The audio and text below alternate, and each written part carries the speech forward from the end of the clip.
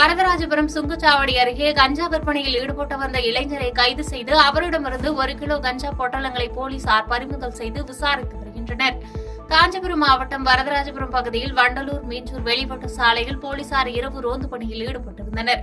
அப்போது சுங்கச்சாவடி அருகே சந்தேகத்திற்கு இடமளிக்கும் வகையில் அமர்ந்திருந்த இளைஞரை பிடித்து போலீசார் விசாரித்தனர்.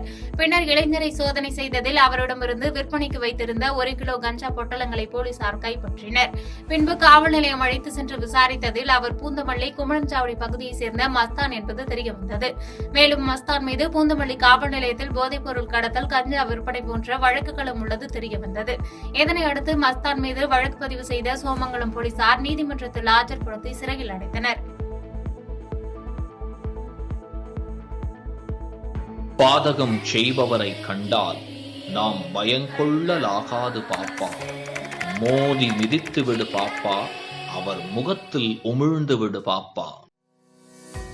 அண்மை செய்திகளை உடனுக்குடன் தெரிந்து கொள்ள இணைந்திருங்கள் இயம்நாடு.